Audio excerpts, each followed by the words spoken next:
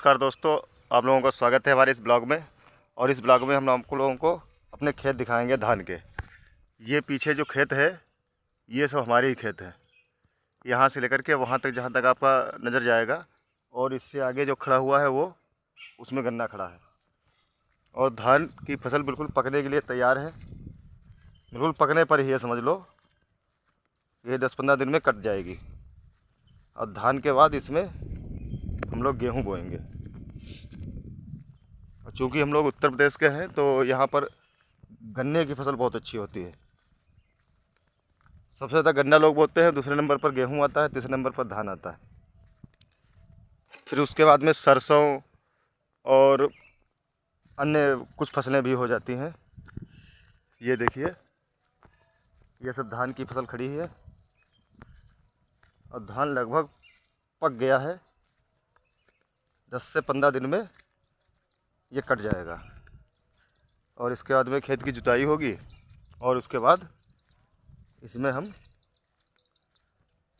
गेहूँ बो देंगे। कुछ खेतों में गेहूँ, कुछ में सरसों और कुछ में गन्ना बोया जाएगा। ये देखिए पूरा, ये भी इधर भी धान है। और आप लोग देख पा रहे होंगे धान की फसल लगभग तैयार होने वाली है। जैसा कि हम आपको बता रहे थे कि धान की फसल वैसे तो तैयार करने में काफ़ी पानी की ज़्यादा खपत होती है इसमें। और ये हमारा मोटर है पानी के लिए, समरसेबल। और यहाँ पर ये इसमें काफ़ी गहरा गड्ढा खोदा जाता है। ये देखिए, अभी हम लोग को दिखा रहे हैं। अब आप सोच लीजिए, यहाँ पर ये इतना गहरा, लगभग 15 फीट गहरा गड्ढा है और इसके अंदर मोटर रखा हुआ है। अब इतने गहरे गड्ढे में मोटर रखना पड़ता है तब जाके कहीं पानी मिलता है। इसीलिए हम कहते हैं कि भैया थोड़ा पेड़ वेड़ लगाया करो, पेड़ लगाओ और ये जो ग्लोबल वार्मिंग का खतरा है इसको टालने का प्रयास करो।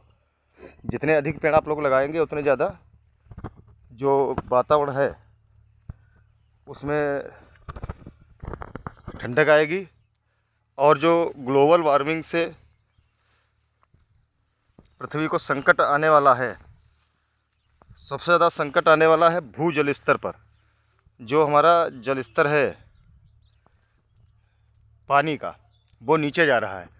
और ये बात एक किसान ही समझ सकता है, क्योंकि किसान को पता होता है कि उसको फसल लगानी पड़ती है, फसल में पानी की आवश्यकता होती है।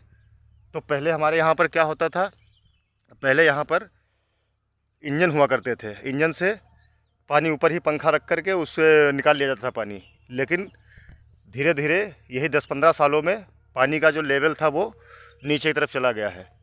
तो इंजन से तो पानी नहीं निकलता है, अब बिजली के जो मोटर और ये समरसेबिल लगाए जाते हैं।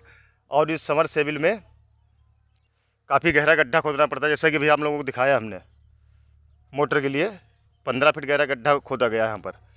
अब आप लोग इससे विचार लगा सकते हैं कि आज के समय में 15 फीट गहरा गड्ढा खोद करके मोटर रखना पड़ता है, और आने वाले 10-15-20 साल में और कितना गहरा गड्ढा खोदना पड़ेगा, तब जाके किसानों को पानी मिलेगा। पानी का तो इसी से आप लगा सकते हैं कि फसल के लिए कितना इम्पोर्टेंट है। अन्य कामों के लिए तो इम्पोर्टेंट होता ही है, अगर पानी नहीं होगा तो फसल भी नहीं पैदा होगी। इसीलिए मैं आप लोगों से अपील करना चाहूँगा इस ब्लॉग के माध्यम से कि ज़्यादा से ज़्यादा संख्या में पेड़ लगाएं और पेड़ों का संरक्षण करें। पहले हमारे इधर ये जो पीछे आप देख रहे हैं एरिया पूरा, ये सब पूरा पेड़ों से भरा हुआ करता था। हमारे गांव के आसपास सारे पेड़ ही पेड़ थे। लेकिन कालांतर में ऐसा हुआ कुछ, लोग खेती ज़्यादा इम्पोर्टेंट समझने लगे और पेड़ों को उन्होंने काट करके उसके खेत बना लिए। और उसका परिणाम भी सामने है, ज़मीन का गिरता हुआ जल स्तर।